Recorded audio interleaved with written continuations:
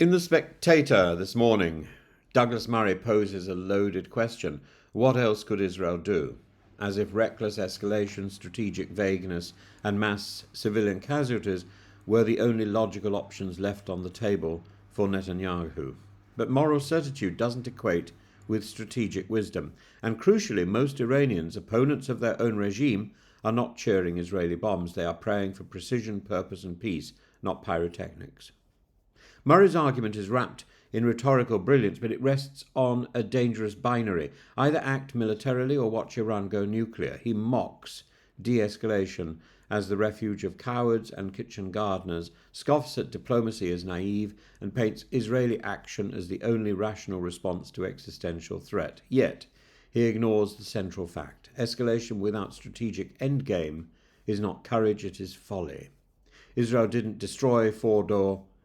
Iran is now more resolved, not less resolved. And a regime that was rotting from within has been granted a surge of legitimacy by foreign bombs. Murray offers catharsis. Statesmen must offer consequence. So, there are alternatives. I think there are 4 alternatives to the Israeli position, alternatives that Israel has ignored. Option 1 is the strategic assessment. Israel could have taken time to assess whether it could, or Israel should have taken time to assess whether it could destroy Iran's nuclear program, not just hurt it. And Fordow is underground for a reason. Half measures embolden hardliners. A partial strike sans US cooperation was always going to lead to retaliation, not to resolution. 2. Covert action. Mossad's past successes, assassinating nuclear scientists, inserting Stuchnek, leaking internal documents, have proven far more effective than flattening apartment blocks. Why the sudden shift to overt war? Is it to distract from Netanyahu's woes elsewhere? 3. Diplomatic leverage. Iran is economically fragile, diplomatically cornered, and domestically loathed. Smart strategy would involve intensifying this pressure, working with Europe and Gulf partners to incentivize regime collapse from within. 4. Regional containment is a policy of high-tech containment, cyber sabotage, Arab-Israeli coalition building would weaken Iran's projection of power without killing 657 civilians in a week. Murray ignores what many Iranians are saying. We want change, not chaos. They are angry not just at their regime, but at being bombed while asleep, at seeing children pulled from rubble, at being caught between a despotic theocracy and an imprecise foreign military campaign.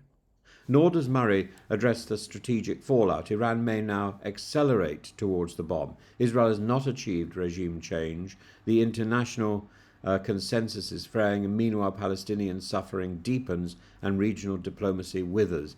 This was not a masterstroke, this was a misfire. Winston Churchill, whom Murray so reveres, understood that war must aim at victory, not spectacle. Battles, Churchill wrote, must create new atmospheres to which all must conform. But what atmosphere has Israel created? One of solidarity among its foes, alienation from allies, and peril without a plan. Real leadership would mean explaining what success looks like beyond headline explosions, engaging Iranians who risk their lives protesting against their regime, and offering a vision of peace, not just vengeance. Murray sees war as the only answer, but Israel must ask not just what else could we do, but what are we doing this for? Israel is justified in fearing annihilation, but fear must not dictate folly. Douglas Murray offers defiance, but not direction.